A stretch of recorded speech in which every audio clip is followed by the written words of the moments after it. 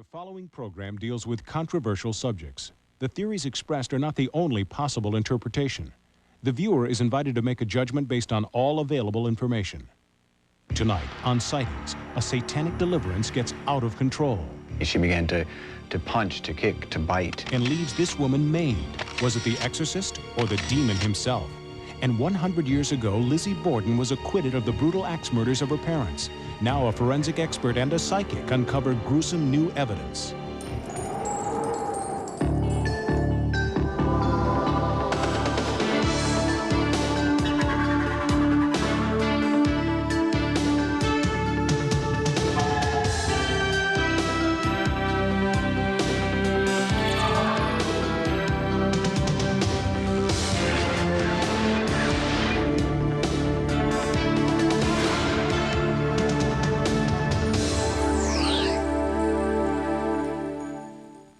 Welcome to Sightings. I'm Tim White.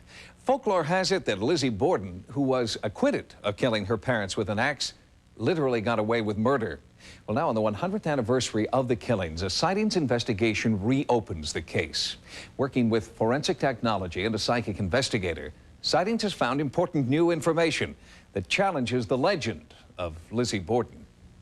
Lizzie Borden took an axe, gave her mother 40 whacks. 100 years after the murders, the name Lizzie Borden still echoes in the rhymes of school children and continues to fascinate us because of the sheer horror and brutality of the crime. Recent national media coverage is once again challenging Lizzie Borden's innocence, and Sightings has launched a unique investigation to search for the truth behind the legend. But first, who was Lizzie Borden?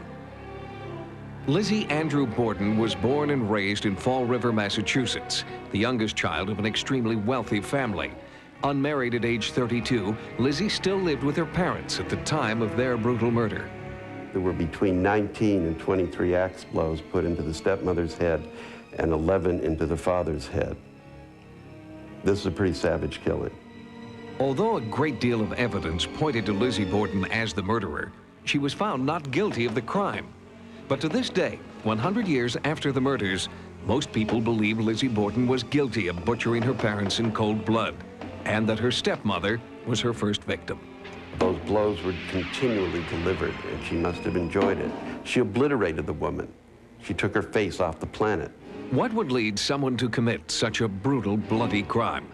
Leading historian Jules Reichebusch believes that there were dark secrets behind the closed doors of the Borden mansion. We can talk about all the motives that existed, the confinement in the house, the possibility of abuse as a child, possibility of incest. There are many, many theories. We know that she avoided the company of men, both young and old. She had difficulty with all forms of relationships since early childhood. This is certainly consistent with being an incest victim. And most strikingly, we know that the house had a morbid and brooding air of secrecy about it. There were multiple locks on the interior bedroom doors. The outside doors were triple locked. This is all very unusual for a Victorian home of that time, all of which suggested to me the possibility of some abuse. Lizzie was a virtual prisoner, locked inside the suffocating atmosphere of a Victorian household. Reichebusch believes that on the morning of the murders, Lizzie's stepmother made one fatal mistake. It was a hot day. Lizzie left the door open to her bedroom. The stepmother never came up the front stairs. Lizzie was caught in a moment of embarrassment that, combined with years of anger, hatred, resentment, confinement, torment, finally let her explode, and she exploded. Took the hatchet and took her out. At 9:30 a.m., Mrs. Borden was murdered. At 11 a.m., Mr. Borden returned home where the same gruesome fate awaited him. Strangely, these brutal murders went undiscovered for several hours. No one claimed to have heard a sound. I think it's unlikely that anybody in the house could have stayed there and not heard the noise of that kind of a killing. The human head is made of bone. It's very heavy and very hard. And you start smashing a human head on a wooden floor, it's going to sound something like somebody dribbling a bowling ball. Lizzie was brought to trial. In 1892, police investigation techniques were crude. Fingerprinting hadn't been adopted yet. Without physical evidence or eyewitnesses, Lizzie Borden could not be linked directly to the crime. In addition, she hired a former governor of Massachusetts to defend her and paid him $25,000, a fortune in 1892. Her defense lawyer, who was a former governor of Massachusetts, George D. Robinson, had appointed one of the 3 judges who sat on the case. And that's the judge who gave the charge to the jury to acquit her. The jury deliberated for less than an hour before returning a verdict of not guilty.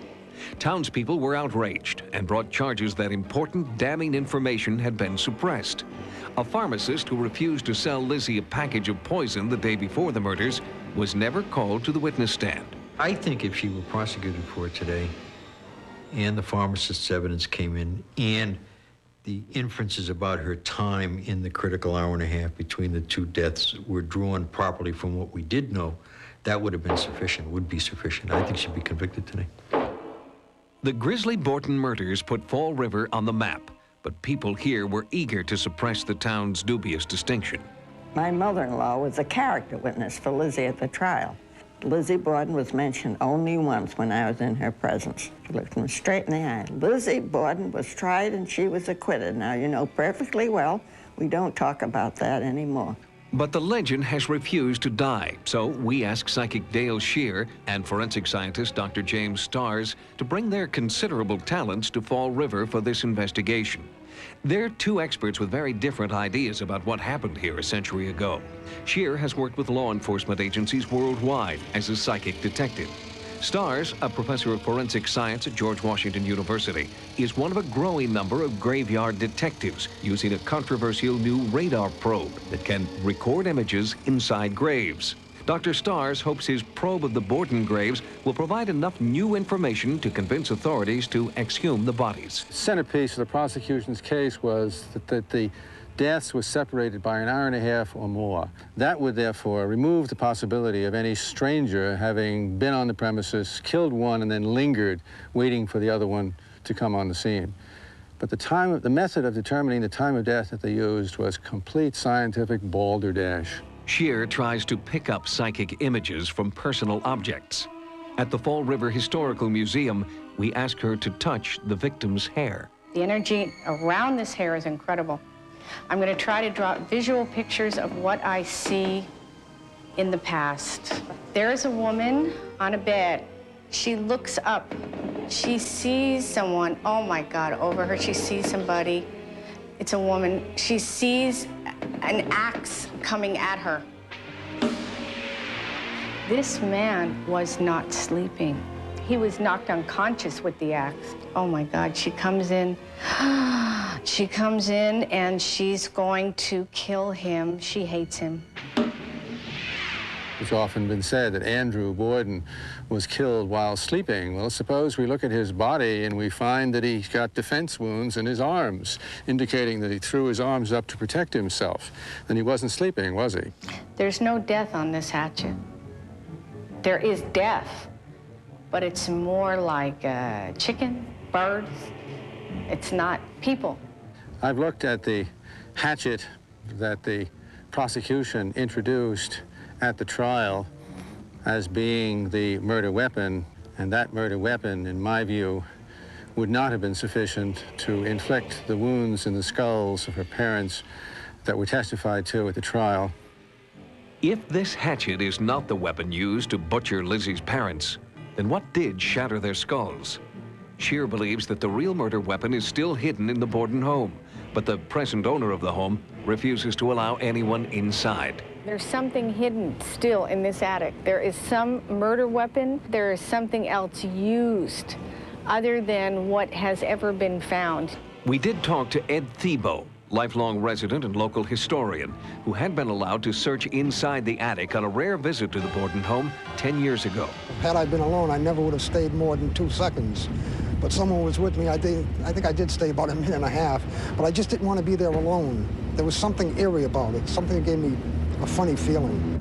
With this sightings investigation, both Dale Shear and James Stars raised profound new questions about the Borden murders. They are both convinced that the real murder weapon has not been found yet and may still be hidden in the home at 92 2nd Street. Until it's found, the legend of Lizzie Borden remains just that, a legend. I think the evidence really points to Lizzie. I'm satisfied that she did it. As a scientific matter, I've long been a believer that she was not guilty, and the jury was correct in acquitting her.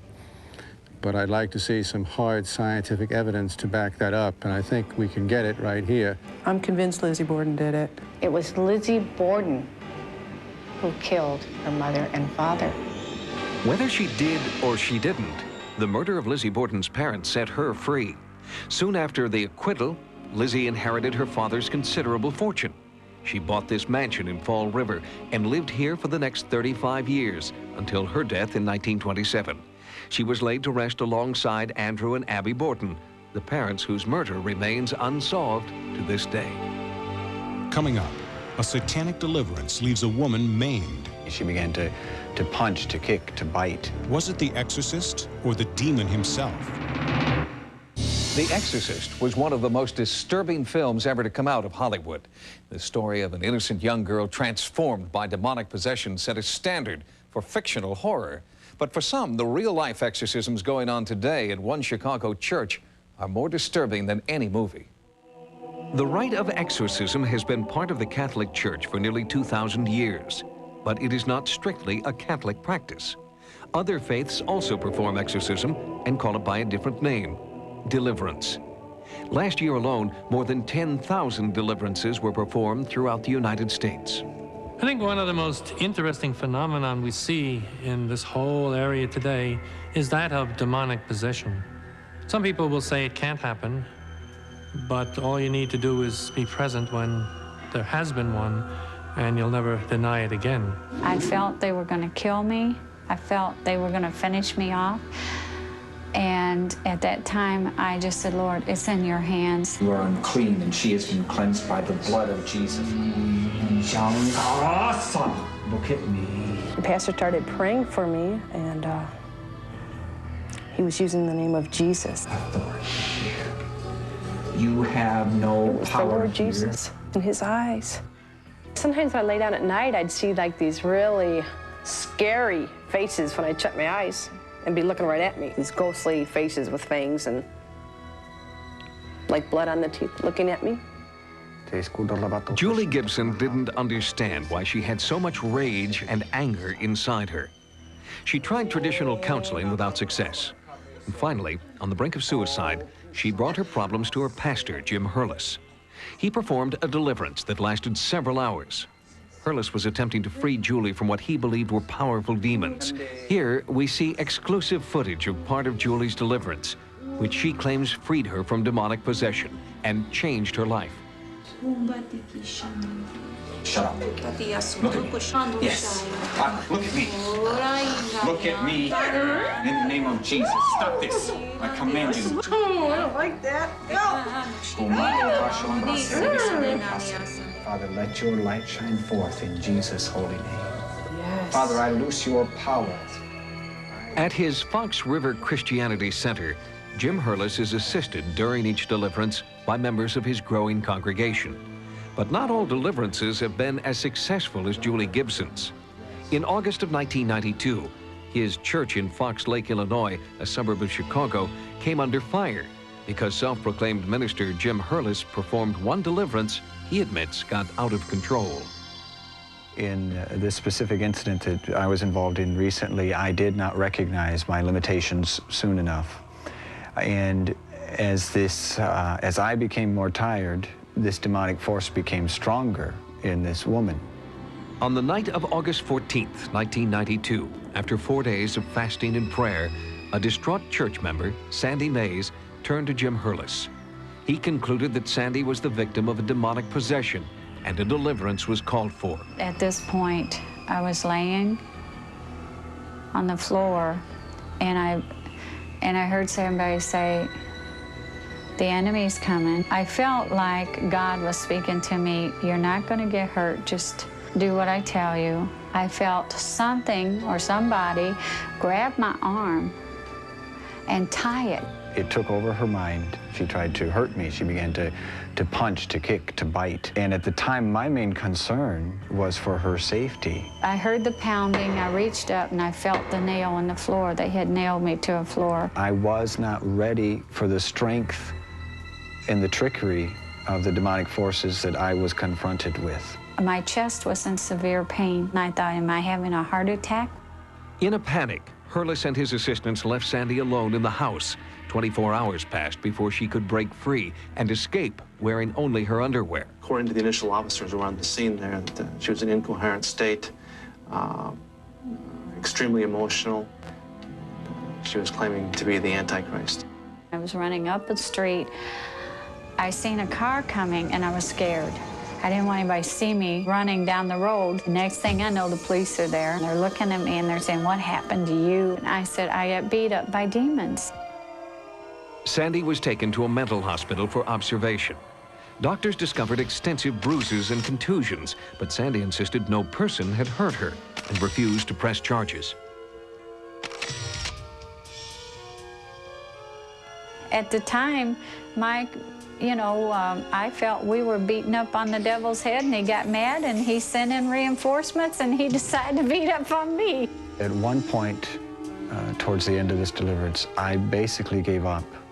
I had by that time gotten some advice from another minister who explained to me that I could just quit, and so I did, and we put it into God's hands. Something horrible had happened to Sandy that night, but who or what had caused her injuries remains a mystery. A lot of times the people who are involved in these deliverances come from a childhood where they've been abused, or are in a family situation now where they're being abused, or are afraid of being the abuser. And it's kind of ironic and sad that they often become the one who is abused in these deliverances themselves. Although Sandy appears to have been the victim of real physical abuse, some church officials believe that bodily injury can sometimes be caused by the devil. Can a devil inhabit a person? The answer is yes. They can take over the operation of the body of a person for a time period, and while that's going on, the person really doesn't know anything that's happening. But could Satan actually be responsible for Sandy's battered body? Or also what they call psychic phenomenon, and this would be caused by the demons, where actually as a person is there, they will begin to see spots or bruises come on with absolutely nothing seeming to happen. And I have a sneaking suspicion that we've got some people performing deliverance ministries, or perhaps calling them exorcisms such, that are concerned not so much for the well-being of the individual who's come to them, but for their own personal gain. And there's no reason to suspect that the devil wouldn't be able to infect with evil purposes even somebody who thinks they're trying to do good. I don't think that the point can be made strongly enough as to how dangerous these situations are. People who go to be delivered are trains running out of control and are putting themselves in the hands of people who are themselves, for the most part, out of control. But the actual deliverance itself could, in fact, put them over the edge. The bottom line is that anything bad that has ever happened in anyone's life is directly or indirectly related to Satan. I cannot testify to the fact that anyone touched me because I have no recollection of it. I felt no blows, I felt no black eyes, I felt no beating. And I believe that it was a supernatural thing that took place, and God protected me. Despite Sandy's claims to the contrary, there are many people who believe Sandy was the victim of physical abuse. Not at the hands of the devil, but at the hands of someone within the church she knew and trusted. Although no formal charges have been made, the Illinois State Attorney General's office continues to investigate the unusual circumstances around Sandy's deliverance. But there is no investigation capable of proving whether the forces of evil are so great that people can be physically transformed. Psychologists suggest that fear of the devil can be so strong that some people will endure severe abuse in order to be freed from what they believe is demonic possession. In their hysteria, they may be unaware of who or what is hurting them. For this reason, we may never really know what happened to Sandy Mays during her exorcism. Coming up in a special sightings report, NASA's search for extraterrestrial life officially begins. What are they really looking for, and what do they expect to find? NASA has just been granted $100 million for a new special project. Over the next 10 years, $10 million a year will be spent to support SETI, S-E-T-I, a NASA organization whose sole aim is to search for extraterrestrial intelligence. Since its inception in 1978, NASA's SETI program has come under considerable fire from people who believe the government is wasting money searching for a real-life ET. But in the last few years, enthusiastic support for the program has come from distinguished scientists like Carl Sagan, Linus Pauling, and Stephen Hawking. They join an increasing number of scientists who believe there is intelligent life beyond Earth. For at least 2,000 years, people have been speculating about life in space. That's an old idea. But it's really only in the last half of this century that we finally got the technology to really look for life in space. The centerpiece of the SETI program is the Arecibo radio telescope in Puerto Rico. It is the most powerful radio telescope in the world, with the effective power of 20 trillion watts. Beginning on October 12, 1992, astronomers in Arecibo will use the telescope to listen for signs of extraterrestrial intelligence. Nobody knows when success is going to occur. You just got to be in there for the long haul. It's a bit like building a cathedral. You may not see it completed in your own lifetime, but it's a worthy project.